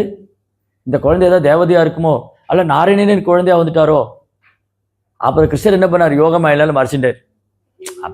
என் குழந்தை நான் ஏதோ பகல் கனவு கண்டுட்டு இருக்கேன் போல, என் குழந்தை வாயில போய் பிரம்மாண்டமாவது ஏதாவது. அப்ப என்னாச்சு, கிருஷ்ணா வந்து மறைச்சிட்டாரு. நாகம் பிரகாச சர்வசிய யோகமாயா சமாவிரதா. கிருஷ்ணரை வந்து இப்போ இந்த கர்டன் போட்டிருக்கு, இங்கே கர்டன் போட்டோன்னா உள்ள டைட்டிஸை நம்மளால் பார்க்க முடியாது, இந்த கர்டன் ரிலீஸ் பண்ணால் தான் பார்க்க முடியும். அந்த மாதிரி கிருஷ்ணா என்ன பண்ணுறாரு, தன்னோட யோகமாய சக்தினால் ஆன்மீக லோகத்தில் தன்னை மறைச்சிக்குவார் விருந்தாவனில். ஸோ கிருஷ்ணா என்ன பண்ணாரு, விருந்தாவனில் தன் யோகமாக சக்தினால் தன்னை மறைச்சிக்கும் போது இந்த கோபர்கள் கோபிகள் முன்னாடி தான் நடக்கும். இந்த குழந்தைகள்லாம் சொல்கிறாங்க, கிருஷ்ணா வந்து சகடாசுரனை வதம் பண்ணார். அந்த தள்ளு வண்டி வடிவில் ஒரு அசுரன் இருந்தான், கிருஷ்ணர் வந்து எட்டி காலில் எட்டி உதைப்பார் அந்த அசுரனை. இதை வந்து நண்பர்கள்லாம் பார்த்துட்டாங்க. அவங்க போய் சொல்றாங்க, நாங்கள் பார்த்தோம் கிருஷ்ணர் தான் உதைச்சான்னு நம்ப மாட்டேங்கிறாங்க. இந்த குழந்தை போய் இவ்வளோ பெரிய வண்டி உதைக்கிறத நம்பவே மாட்டேன்ட்டாங்க. அவங்களை ஏற்றுக்கவே முடியாது அவங்களால கிருஷ்ணரை முழுமுதல் கடவுளா. யசோதாமா, நந்த மகாராஜ், கோபர்கள், கோபிகள் இவங்களால கிருஷ்ணரை முழுமுதல் கடவுளா ஏற்றுக்கவே முடியாது. காரணம் கிருஷ்ணா என்ன பண்றாரு, அவங்ககிட்ட அன்பு பண்றதுனால யோகமாய சக்தினால மறைச்சிடுவார்.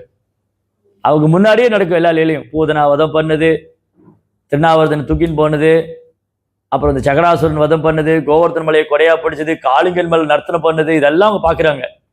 கிருஷ்ணன் என்ன பண்ணார், காட்டு தீய விழுங்கிட்டார். இந்த கோபர்கள்லாம் பார்த்தாங்க. ஆனா யார் சொல்ல நம்ப மாட்டாங்க. இது ஒரு என் குழந்தை போய் இதெல்லாம் செய்ய மாட்டேன். என்ன பண்ண, கிருஷ்ணா வந்து யோகமாய சக்தினால மறைச்சு விடுறாரு. அதனால என்ன ஆகுதுன்னா, கிருஷ்ணா வந்து யோகமாய சக்தினால தன்னை மறைச்சுன்றதுனால கோலோகத்தில் இருக்கிற கிருஷ்ணர் மேல அன்பு அதிகரிக்கும். இங்க நாமளும் கிருஷ்ணரை மறந்துருக்கோம். இது மகாமாயை பண்ற வேலை. இங்க எல்லாம் நம்மளும் கிருஷ்ணரை மறந்துட்டோம். இங்க யாருக்காவது கிருஷ்ணரை மறந்து இருக்கிறதுனால அன்பு அதிகரிக்குதா? இல்ல, அறியாமைதான் அதிகரிக்குது இல்லையா? இங்க எல்லாரும் கிருஷ்ணரை மறந்துருக்கோம். இது மகாமாயை. ஏன்னா நம்ம கிருஷ்ணரை மறந்துருக்கணும்னு நினைக்கிறோம், கிருஷ்ணர் அதுக்கான ஏற்பாடு செய்யறாரு. அப்போ மகாமாயின்னு கிருஷ்ணரை மறந்துருக்கோம், இது அறியாமையினால. யோகமாயில கிருஷ்ணரை மறந்துருக்கிறது அது கிருஷ்ணருடைய கருணையால. அவங்களோடு கிருஷ்ணா வந்து அன்பு பரிமாற்றம் பண்றார். அதனால கிருஷ்ணா எப்பெல்லாம் இந்த பூமியில வராரோ அவர் வாசுதேவ கிருஷ்ணா லீலை பண்ணுவார், விருந்தாவன கிருஷ்ணா லீலை பண்ணுவார். அதே மாதிரிதான் சைத்தன்ய மகாபிரபு வந்து எக்ஸ்டர்னல் ரீசன் இருக்கு, இன்டர்னல் ரீசன் இருக்கு. இது வெளிப்புறமான காரணம், இது உள்புறமான. அப்ப உள்ள வந்து அவர் விருந்தாவன லீலையை அனுபவிக்கிறார் மகாபிரபு. அதனாலதான் மாயாப்பூர், அதாவது நவதீப் தாமமும் விருந்தாவனம் வேற வேற இல்லை. அங்க விருந்தாவனம் மறைந்து இருக்கிறது, குப்த விருந்தாவனம். நிறைய விருந்தாவனம் இருக்கு. கோலோக விருந்தாவனம், குப்த விருந்தாவனம், ஹிருதய விருந்தாவனம். முகுந்த மகாராஜ் நிறைய சொல்லுவார், இந்த விருந்தாவனம் பத்தி எல்லாம் சொல்லுவார். நம்ம இதயத்துல கிருஷ்ணர் இதையும் எங்க கிருஷ்ணர்கள் விருந்தாவனம். நம்ம இதயத்துல கிருஷ்ணர் இருந்தா நம்ம இதயம் விருந்தாவனம். சைதன்ய மகாபிரபு எங்க இருக்காரோ அதெல்லாம் விருந்தாவனம். ஏன்னா மகாபிரபு கிருஷ்ணர் வேறவே இல்லை. அப்ப மாயாப்பூர் தாமம் வந்து குப்த விருந்தாவனம். கிருஷ்ணர் வந்து சைதன்ய மகாபிரபு மறைஞ்சிருக்காரு. கிருஷ்ணா வந்து பகவானே பக்தனா இருக்காரு. அதனால மாயாப்பூர் தாமமும் விருந்தாவனம் வேற வேற இல்லை. அது மட்டும் இல்ல, எல்லா தாமங்களும் மாயாப்பூர்ல இருக்கு. நீங்க மாயாப்பூர் பரிக்கிரமா போனீங்கன்னா அங்க எல்லா தாமும் இருக்கு. பத்ரிநாத், அப்புறம் வந்து காஷி, நைமிஷாரண்யம், எல்லா தாமங்களும் மாயாப்பூர்ல இருக்கு, நவதீப்ல இருக்கு. அப்ப நவதீப் நம்ம சுற்றி வந்தா எல்லா தாமங்களுக்கு போன பலன் கிடைக்கும். நவதீப் பரிக்கிரமா பண்ணா, சைதன்யமா லீலை பண்ண இடங்களுக்கு போனா எல்லா புனித ஸ்தலங்களும் அங்க இருக்கு. வேற எங்கேயும் தனியா போக வேண்டிய அவசியமே இல்லை, எல்லா புனித ஸ்தலமும் அங்க இருக்கு. அதனால இதான் வந்து இன்டர்னல் ரீசன், எக்ஸ்டர்னல் ரீசன். ஏன் கிருஷ்ணா வந்து சைதன்ய மகாபிரபு வந்தாரு அப்படிங்கிறத ரொம்ப அழகா கிருஷ்ணதாஸ் கவிராஜ் கோசாமி எக்ஸ்பிளைன் பண்ணியிருக்காரு. அடுத்தது வந்து கிருஷ்ணதாஸ் கவிராஜ் கோசாமி ஸ்ரீமதி ராதாராணியை பற்றி சொல்கிறார். இந்த இன்டர்னல் ரீசன் பற்றி சொல்லும்போது ஸ்ரீமதி ராதாராணி வந்து எப்படி கோபியிலே உயர்ந்தவங்களா இருக்காங்க, அவங்களுடைய பக்தி என்ன, அவங்களுடைய அதை பற்றி ரொம்ப டீட்டெயிலாக வர்ணிச்சிருக்கார். நீங்கள் சைத்தன்ய சரிதாமிரதம் படிச்சிங்கன்னா இந்த 4th சாப்டரில் ராதாராணிய குணங்களை பற்றி வர்ணிச்சிருக்கார். அதனால் ஸ்ரீமதி ராதாராணிய குணங்களை வந்து புரிஞ்சுக்கிறதோ அதை உணர்றதோ அவ்வளோ எளிமையான காரியம் இல்லை. அதனால தான் பாருங்க, ஆச்சாரியிலே தவிர்த்துறாங்க ராதாராணியை பற்றி பேசுறது. பிரபுபார் உபன்யாசம் எவ்வளோ இடத்துல கேட்டிருப்போம் ராதாராணியை பற்றி சொல்லியிருக்காரு. ரொம்ப கம்மி, 1-2 இடத்துல, அதுவும் 1-2 டைம் பேசிட்டு விட்டுருவார். ஃபுல் டீட்டெயிலாக ராதாராணியை பற்றி சொல்ல மாட்டார், ஏன்னா நம்மளால புரிஞ்சிக்க முடியாது. பாகவதத்தில் கூட சுகதேவ் கோசாமி நேரடியாக ராதாராணியுடைய நாமத்தை சொல்லலை, ஒரே ஒரு ஸ்லோகத்தில் அன்யாராதிதா அப்படின்னு சொல்லியிருக்கார். அந்த ஸ்லோகம் வந்து கிருஷ்ணதாஸ் கவிராஜ் கோட் பண்ணியிருக்கார். பாகவதத்தில் மறைமுகதமாக தான் சுகதேவ் கோஸ் 10.30.28 10ஆம் ஸ்கந்தம் 30ஆம் அத்தியாயம் 28ஆம் பதத்தில் சுகதேவ் கோசாமி மறைமுகமாக சொல்றாராம். ஏன் மறைமுகமாக சொன்னாரு? ஏன்னா சுகதேவ் கோசாமி இருக்காரு, அவர் ஒரு தூய பக்தர், அவர் பிரேம பக்தர் கூட. சில நேரங்களில் தூய பக்தர்களால் ராதாராணியை பற்றி பேசினா அவங்களால கண்டினியூ பண்ண முடியாமல் அப்படியே மயங்கிடுவாங்க, சமாதி நிலைக்கு போயிடுவாங்க. ஆனால் பரிசுத்து ரொம்ப ஆர்வமாக உட்காந்துருக்காரு கதை கேட்கணும்னு. இப்போ நான் போய் ராதாராணியை பற்றி சொல்ல போய் நான் பிரேமத்தில் எல்லாம் சொல்லாமல் விட்டுட்டா பரிசுத்து பாவம் அழுது போயிடுவார். அவருக்கு கிருஷ்ண லீலைகள்லாம் அனுபவிக்க முடியாது. அதனால் அவர் கண்ட்ரோல் பண்ணிக்கிறார். அதுக்கப்புறம் நினைக்கிறாரு, எனக்கு ராதாராணியோட நாமத்தை சொல்றதுக்கு தகுதி இல்லை, பரிஷித் சுகதேவ் கோஸ்வாமி பிரபுபார் மாதிரி ஆச்சாரி அப்படி நினைச்சா நம்மளை பத்தி சொல்ல இருக்கு இல்லையா? அதனால தான் பிரபுபார் சொல்லுவாரு, நம்ம ராதனுடைய புகழை பாடுறதோ பேசுறதோ வந்து ஒன் டே ராதாஷ்டமி அன்னைக்கு மட்டும் பண்ணலாம். மற்ற நாட்களில் வந்து நம்ம ராதனுடைய கீர்த்தன் பாடுறதோ அவங்கள புகழ்றதோ பேசுறதோ அதுக்கான குவாலிஃபிகேஷன் நமக்கு கிடையாது, அதுக்கான தகுதி நமக்கு இல்லை. அதனால தான் கௌரங்கருடைய புகழ் பாடுறோம். ஏன்னா கௌரங்கர் ராதனுடைய பாவத்தில் வந்திருக்காரு. கிருஷ்ணரும் ராதையும் சேர்ந்து கௌரங்க மகாபிரபு. ஸ்ரீகிருஷ்ண சைத்தன்யா, ராதா கிருஷ்ணன் அகே அன்யா. ராதா கிருஷ்ணன் 2 பேரும் ஒன்னா சைத்தன்ய மகாபிரபு. ஸோ அதனால இங்க ரொம்ப அழகா எக்ஸ்பிளைன் பண்ணியிருக்காரு கிருஷ்ணாஸ் கவிராஜ் கோஸ்வாமி. இந்த 4ஆம் அத்தியாயத்துல எப்படி கிருஷ்ணர் வந்து எல்லா அவதாரத்துக்கும் மூலமா இருக்காரோ, ராமர், நரசிங்கர், வராகர், எல்லா விஷ்ணு தத்துவங்களும் கிருஷ்ணர் மூலமா இருக்காரோ, அது போல ஸ்ரீமதி ராதாராணி எல்லா லக்ஷ்மி தேவிகள், ருக்மணி, சத்யபாமா, இவங்களுக்கு எல்லாருக்கும் ஆதாரம். அதனால ராதையோடைய பக்தி விட உயர்ந்த பக்தி இல்லாதனால அந்த ராதையோடைய பாவத்தை அனுபவிக்கிறதுக்காக கிருஷ்ணர் வந்து சைத்தன்ய மகாபிரபு வந்திருக்காரு அப்படின்னு சொல்றாரு. தென் அதுக்கப்புறம் சைத்தன்ய சரிதாம 5th சாப்டர்ல வந்து நித்யானந்த பிரபுடைய மகிமைகளை வர்ணிக்கிறார் கிருஷ்ணதாஸ் கவிராஜ் கோஸ்வாமி. நம்ம முன்பே நேற்று பேசின மாதிரி நித்யானந்த பிரபுடைய அனுகிரகம் இல்லாம மகாபுடைய அனுகிரகம் கிடையாது. நித்யானந்த பிரபு வந்து ஏக சக்கர தாம். நம்ம வந்து இன்னைக்கு கொஞ்ச நேரம் நித்யானந்த லீலைகளை பத்தி படிக்கலாம். அதான் இப்போ இந்த 5th சாப்டர் ஃபுல்லா க்ளோரிஸ் ஆஃப் நித்யானந்த பிரபு. நித்யானந்த பிரபு யாரு? சாக்ஷாத் பலராம். யார் வந்து பலராமரா, சங்கர்ஷ்ணரா, ஆதிசேஷன் அவதாரம் அவர் தான் நித்யானந்த பிரபு. அப்ப ஏக சக்கர தாம்ல ஹதாய் பண்டிட்டுக்கு பத்மாவதிக்கு குழந்தையா வந்தார் நித்யானந்த பிரபு. ஏக சக்கர தாம் போயிருக்கீங்களா? ரொம்ப அழகான கிராமம். இது ரொம்ப மாயப்படுறது, கொஞ்சம் தூரம் போகணும், ஒரு 4-5 hours டிராவல் பண்ணணும். அதாவது சைத்தன்ய மகாபிரபு என்ன பண்ணாரு, எங்கெல்லாம் கங்கை ஓடலையோ, கங்கா ஓடுற நதி ரொம்ப புனிதமான இடம். எங்க கங்கா நதி எங்க ஓடுதோ அந்த இடம் புனிதமானது. அப்ப கங்கை இல்லாத இடம் புனிதமானது இல்லை. அப்ப அந்த இடத்தை புனிதமாக்கணும்னு சொன்னா தனது பக்தர்கள் சகாக்கெல்லாம் அங்க தோன்றணும். அப்ப அந்த இடம் ரொம்ப புனிதமாயிடும்.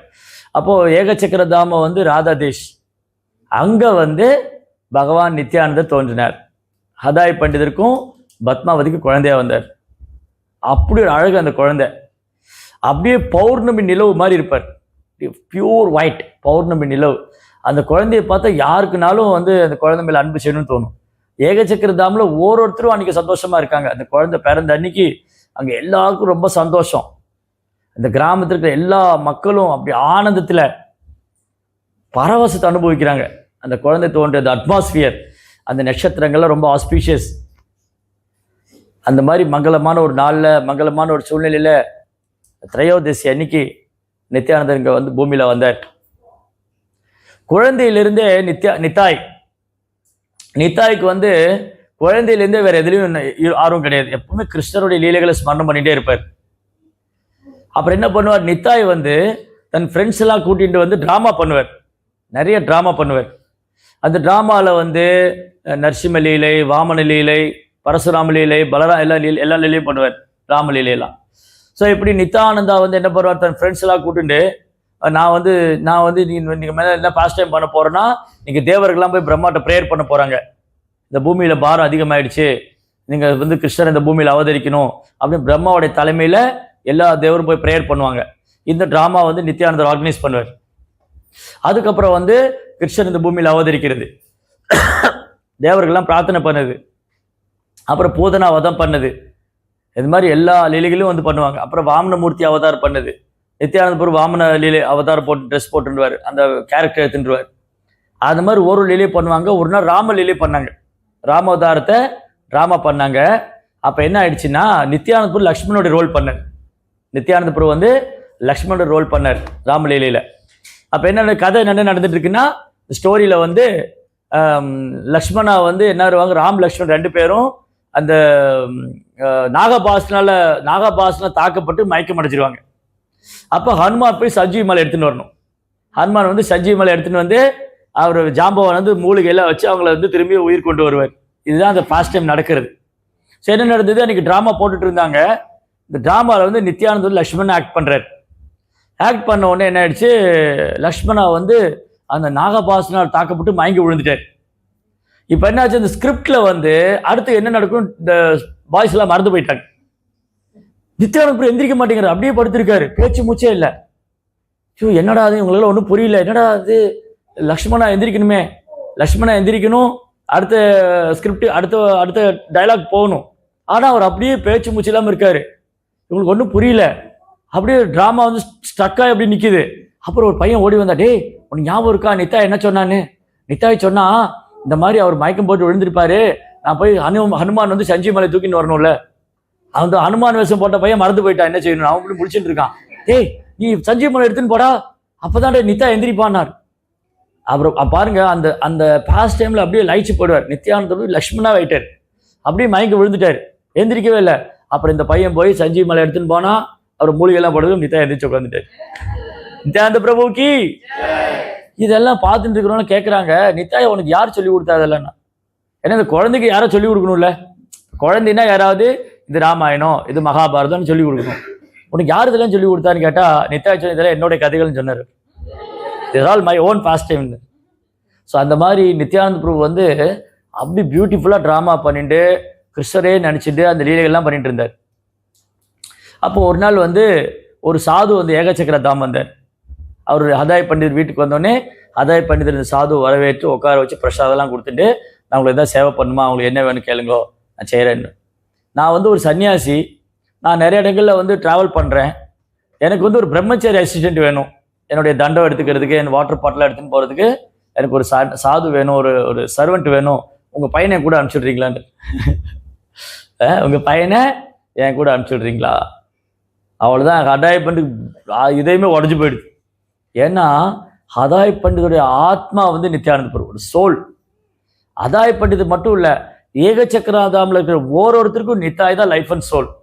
நித்தாய் பிரிஞ்சு அவனால் இருக்கவே முடியாது.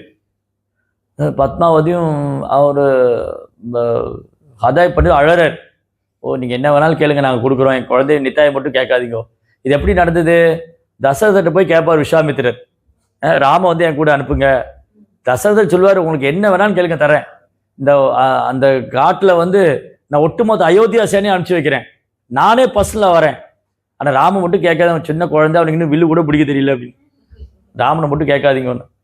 அப்போ விஸ்வாமித்திரர் கோவம் வந்துடும், என்ன துணிச்சல் இருந்தால் என்கிட்ட ஃபஸ்ட்டு தரேன்னு சொல்லிட்டு தரமாட்டேன்னு சொல்லுவார். தசரதா அந்த ராவணன் சொன்னே இன்னும் பயம் வந்துடும் தசரன், ஐயோ ராவணன் கூடலாம் போய் என் பையன் சண்டை போடணுமா, அதெல்லாம் வேண்டாம், ராவணன் பெரிய ராட்சசனாச்சுன்னு. விஸ்வாமித்திரர் கோவம் வந்துடும், நான் உன்னை சவிச்சிருவேன், ரகுவம்சமே அழிஞ்சு போயிடுனார். வசிஷ்டர் கூப்பிட்டாரு, தசரதர்கிட்ட கூப்பிட்டு சொல்கிறாரு, நீங்கள் கோவப்படாதீங்கோ, அவர் வந்து விஸ்வாமித்திரரே அவராலே கொல்ல முடியும் அசுரங்களை, ஆனால் அவர் பிராமண யஜ்யம் பண்ணுறது, அவர் பிராமணரை வந்து யஜ்யம் பண்ணிட்டு இருக்கிறனால அவரும் அதை செய்யக்கூடாது, அவருக்கே போதும், அவரே போதுமானது இந்த அசுரங்களை சபிக்கிறதுக்கெல்லாம். ஆனால் புகழ் உங்கள் ராமனுக்கு கிடைக்க போகுது.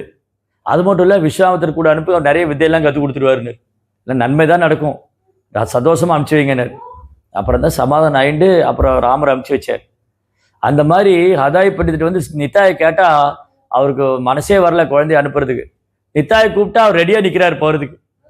பாருங்க, சாதுக்கு சேவை பண்ணுறதுக்கு எவ்வளோ ஆர்வமாக இருக்காரு. நித்தாய் சொன்ன, நான் போகிறேன், எனக்கு ஒன்றும் ப்ராப்ளம் இல்லைன்னார். அப்புறம் அந்த சாது கூட ட்ராவல் பண்ணார். கிட்டத்தட்ட ஒரு 12 வருஷம் 14 வருஷம் நித்யானந்த பிரபு வந்து அந்த சாது கூட ட்ராவல் பண்ணி விருந்தாவனத்தில் வந்திருப்பார். விருந்தாவனத்தில் வந்து தங்கிட்டு சேவா குஞ்சு இருக்கு, அந்த ராசலீலாம் நடக்கும் இல்லையா, அங்கே தங்கிட்டு நித்யானந்த பிரபு வந்து அங்கே விருந்தாவனில் பல இடங்களில் ஸ்டே பண்ணியிருப்பார். ஸ்ருங்காரவட், சேவா குஞ்சுங்கெல்லாம் தங்கிட்டு ராதா கிருஷ்ண லீலைகளே ஸ்மரணம் பண்ணிட்டு இருக்காரு. அவர் பிரச்சாரம் பண்ணவே இல்லை, சங்கீர்த்தனம் தொடங்கவே இல்லை, வெயிட் பண்ணிட்டு இருக்கார். நவதீப்பில் வந்து எப்போ மகாபிரபு சங்கீர்த்தனம் ஸ்டார்ட் பண்ணுவாரோ அப்போ போய் ஜாயின் பண்ணிக்கணும்னு. அந்த மாதிரி ஆர்டர் எங்கிருந்து வரணும், அங்கேருந்து வரணும். நித்யானந்த பிரபு வந்து குரு தத்துவம், அவர் பகவான் கட்டளை கொடுக்குற வரைக்கும் வெயிட் பண்ணிட்டு இருக்கார். விருந்தாவனில் அவர் வந்து நித்யானந்த பிரபு வந்து அவதூதான்னு சொல்லுவார். நித்யானந்த பிரபு அவதூதான்னு என்னன்னா, அவங்க எப்போ என்ன பண்ணுறாங்கன்னே தெரியாது. அவங்க இந்த பாடிலி கான்சியஸ்ல இருக்க மாட்டாங்க, உடல் சார்ந்த எண்ணங்களே கிடையாது அவங்களுக்கு. திடீர்னு நித்யானந்த பிரபு என்ன பண்ணுவார், புலி மேலே போய் சவாரி பண்ணுவார், புலி வாழை பிடிச்சிட்டு புலி மேலே சவாரி பண்ணுவார். திடீர்னு கங்கையில் போய் குதிச்சு முதல மேலே சவாரி பண்ணுவார். அவர் மட்டும் இல்லை, அவருடைய அசோசியேட்ஸும் அப்படிதான். சாரங்க தாக்கூர், இந்த மாதிரி அவருடைய க்ளோஸ் அசோசியேட்ஸ் எல்லாம் இருக்காங்க, அவங்களும் அப்படிதான். எப்போ என்ன செய்கிறாங்க, அவங்களுக்கு எக்ஸ்ட்ரீம்லி வந்து அவங்களோட கான்சியஸ்னஸே வேற. அவங்க வந்து கிருஷ்ணருடைய பிரேமையில் தன்னை மறந்து போய் அவங்களுக்கு இந்த பாடிலி கான்சியஸே கிடையாது. இந்த உடல் சார்ந்த எண்ணங்களும் சிந்தனையும் அறவே கிடையாது. தன்னை மறந்து அப்படியே கிருஷ்ண பிரேமையில என்ன செய்யறாங்கன்னு தெரியாது. நவதூதா அப்படி வந்து பிருந்தாவன்ல தன்னை மறந்து அவர் பகவான் லீலையை அனுபவிச்சுட்டு இருந்தாரு. எப்போ சைதன்ய மகாபிரபு நாம சங்கீதத்தை ஸ்டார்ட் பண்ணாரோ அப்பதான் அவர் நவதீபத்துக்கு வந்தார். அது வரைக்கும் பிருந்தாவன்ல தான் இருந்தார்.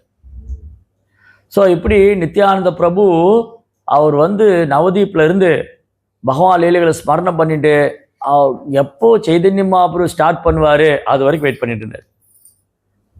ஸோ குரு வந்து கிருஷ்ணாட்டிருந்து ஆர்டர் வரும். கிருஷ்ணா வந்து குருவுக்கு ஆர்டர் தருவார், குரு வந்து நம்மளை கைட் பண்ணுவார். அதனால ஆன்மீக குருவானவர் சாதாரண நபர் அல்ல. அவர் வந்து யார் இதயத்துல பரமாத்மா இருக்கு அந்த பரமாத்மாவுடைய சொரூபம் தான் ஆன்மீக குரு. ஸ்பிரிச்சுவல் மாஸ்டர் வந்து பரமாத்மாவுடைய சொரூபம். அதனால கிருஷ்ணருடைய ஆர்டரை எக்ஸிக்யூட் பண்றதுக்காக தான் அவங்க வராங்க. பாருங்க, நித்யானந்த பிரபு நினைச்சிருந்தா அவர் முதலே ஸ்டார்ட் பண்ணிருக்கலாம். நித்யானந்த பிரபுவே போதும் எல்லாரையும் விடுவிக்கிறதுக்கு, மகாபிரபு வரணும்னு இல்லை, நித்யானந்த பிரபுவே போதும். பட் நித்யானந்த பிரபு என்ன பண்றா, நோ மகாபிரபு வரணும், நான் அவருடைய புகழை பிரச்சாரம் பண்ணணும். ஸோ நித்யானந்த பிரபுவுக்கு வந்து நான் புகழ் அடையணுங்கிற எண்ணம் இல்லை, நான் வந்து மகாபிரபு புகழை சேர்க்கணும். அதனால தான் பாருங்க, நித்யானந்த பிரபு வந்து எங்கே போனார், மகாபிரபு எங்கெல்லாம் போக முடியாது அந்த இடத்துக்கெல்லாம் நித்யானந்த பிரபு போனார். மகாபிரபு சன்னியாசம் எடுத்துட்டார். சைதன்ய மகாபிரபு சன்னியாசம் எடுத்துட்டு அவர் ஒரு நாள் நித்யானந்த பிரபு கூப்பிட்டு சொல்றாரு. ஏன்னா மகாபிரபு டீல் பண்ண ஆட்கள்லாம் வேற, நித்யானந்த பிரபு டீல் பண்ண ஆட்கள்லாம் வேற. மகாபிரபு எந்த மாதிரி நபர்களாக பிரச்சாரம் பண்ணாரு, பெரும் பண்டிதர்கள், சர்வம் பட்டாச்சாரியா, பிரகாசானந்த சரஸ்வதி, ரூப கோசாமி, சனாதன் கோசாமி, பெரிய பெரிய பண்டிதர்கள். நித்யானந்த பிரபு யாருக்கு பிரீச் பண்ணாரு, ஏகாய் மதாய், மனிதர்களே கடைநிலையாளவங்க, பாவகரமான வாழ்க்கை, திருடங்க, கொள்ளைக்காரங்க, கொலைகாரங்க, குடிகாரங்க. மகாபிரபு சொன்னாரு, நித்யானந்த பிரபு நீங்க வந்து நான் போக முடியாத இடத்துக்கெல்லாம் போங்கன்னாரு. நீங்க போய் அவங்களுக்கு கிருஷ்ண உணர்வு கொடுங்க. சைதன்ய மகாபிரபு ஆர்டர் என்னன்னா, நித்யானந்த பிரபுட்ட போலோ கிருஷ்ண, பஜோ கிருஷ்ண, கரோ கிருஷ்ண சிக்கா. நீங்க எங்க போனாலும் யாரை பார்த்தாலும் கிருஷ்ணா பத்தி சொல்லுங்க. நித்யானந்த பிரபு என்ன பண்ணாரு, பஜ கௌரங்கோ காவ் கௌரங்கோ, அவங்க கௌரங்கர புகழ் பாடுங்க, கௌரங்கருடைய நாமத்தை சொல்லுங்க, கௌரங்கர புகழ் பாடுங்க, கௌரங்கனுக்கு சேவை பண்ணுங்க. அப்கோர்ஸ் கௌரங்கர் கிருஷ்ணர் வேற வேற இல்லை இல்லையா? ஸோ அதனால நித்யானந்தருடைய ஒரே குறிக்கோள் மகாபிரபுடைய புகழை பாடுவது, மகாபிரபுடைய நாமத்தை பிரச்சாரம் பண்ணுவது, மகாபிரபு வந்து ஹைலைட் பண்றது, அதுதான் அவருடைய ஒரே கோல். நித்யானந்த பிரபு நிறைய லீலை இருக்கு, நித்யானந்த பிரபு லீலைகள்லாம். ஒரு நாள் என்ன பண்ணாங்க, மகாபிரபு சன்னியாசி, ஆக்சுவலி ஃபர்ஸ்ட் என்ன நடக்கும்னா, மகாபிரபு வந்து சன்னியாசி எடுத்துட்டு, சன்னியாசி எடுத்துட்டு ஜெகநாதபுரி விந்தாவனம் போகணும்னு ஓடுறார். அப்போ விந்தாவனம் போகணுன்னு போகும்போது நித்யானந்த பிரபு என்ன பண்ணுவாரு, அவரை வழி மாற்றி கூட்டின்னு வந்துடுவார். இந்த கங்கையை காமிச்சு யமுனான்னு சொல்லிடுவார்.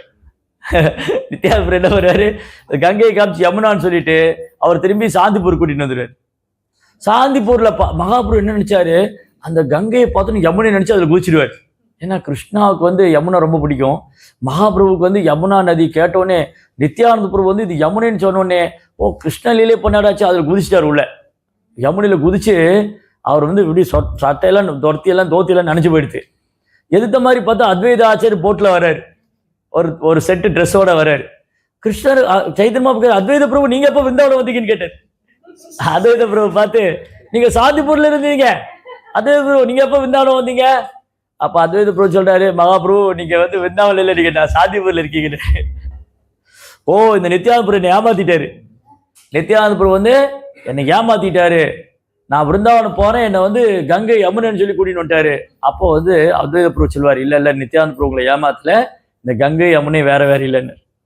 இந்த கங்கையோட இந்த போர்ஷன் வந்து யமுனாவா தான் இங்க கருதப்படுகிறது, அதனால நீங்க யமுனையில தான் இருக்கீங்க. ரெண்டாவது மகாபிரபு நீங்க எங்க இருக்கீங்களோ அது விருந்தாவனம், நீங்க எங்க இருக்கீங்களோ அது விருந்தாவனம் அப்படின்னு ஒரு வீட்டுக்கு கூட்டின்னு போறாரு. அப்ப பாருங்க, ஆரம்பத்திலிருந்து நித்யானந்த பிரபு முரண்பாடாக தான் பண்ணுவார். ஆனா அது எதுக்குன்னா மகாபிரபுடைய மகிமை அதிகரிக்கிறதுக்காக, அவருடைய புகழ் அதிகரிக்கிறதுக்காக. இது வந்து வெளி தோட்டத்துல பார்த்தா அவர் முரண்பாடுற மாதிரி இருக்கும். என்ன மகாபிரபு ஒன்று சொன்னா இவர் ஒன்று செய்யறாரு. இப்ப என்ன சொல்றாரு, மகாபிரபு வந்து அவர் வந்து விருந்தாவனம் போனா இவர் நவதீப் கூட்டின்னு வந்துட்டார். அப்ப என்னது, அப்பதான் மகாபிரபு நாம கீர்த்தனை ஸ்டார்ட் பண்ணுவாரு, எல்லாரும் கீர்த்தனை கலந்துக்குவாங்க. அதுதான் அவர் மெயின், அதாவது யுகதர்மா சங்கீர்த்தனம்.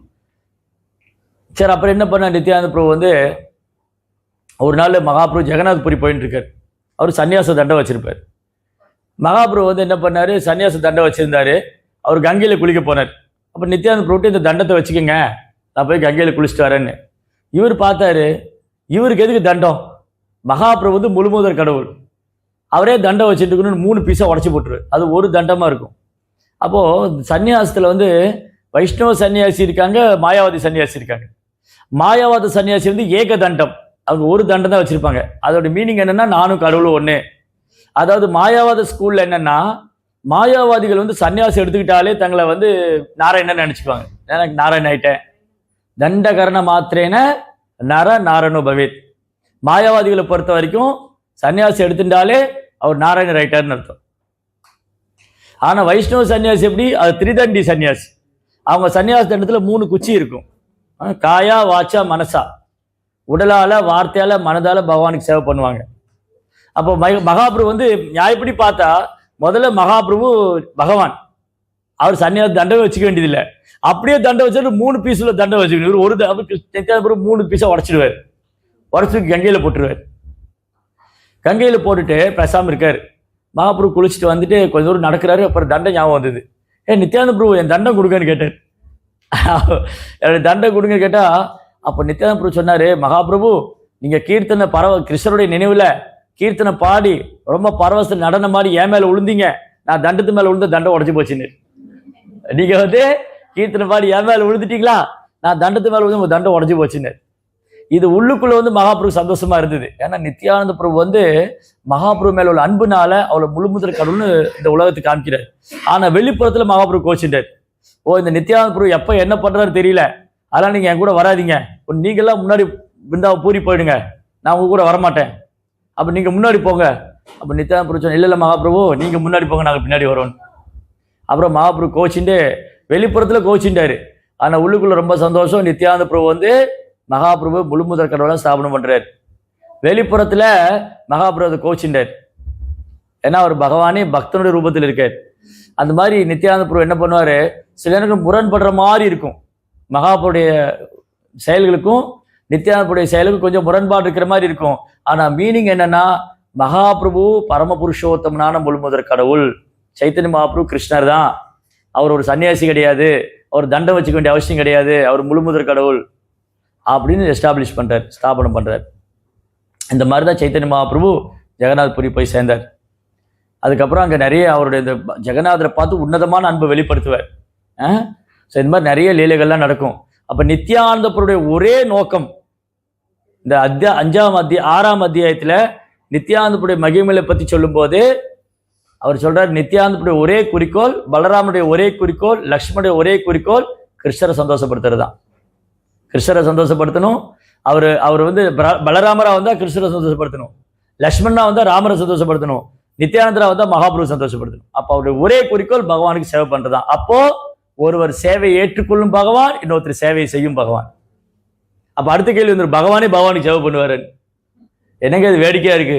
ஒரு பகவான் சேவை ஏற்றுக்குவாராம், ஒரு பகவான் சேவை செய்வாராம். இது எப்படி புரிஞ்சுக்கிறது? பகவானுக்கு எப்படி சேவை பண்ணணும்னு பகவானே வந்து சொல்லி கொடுக்குறாரு. அதான் ஆச்சாரியர்.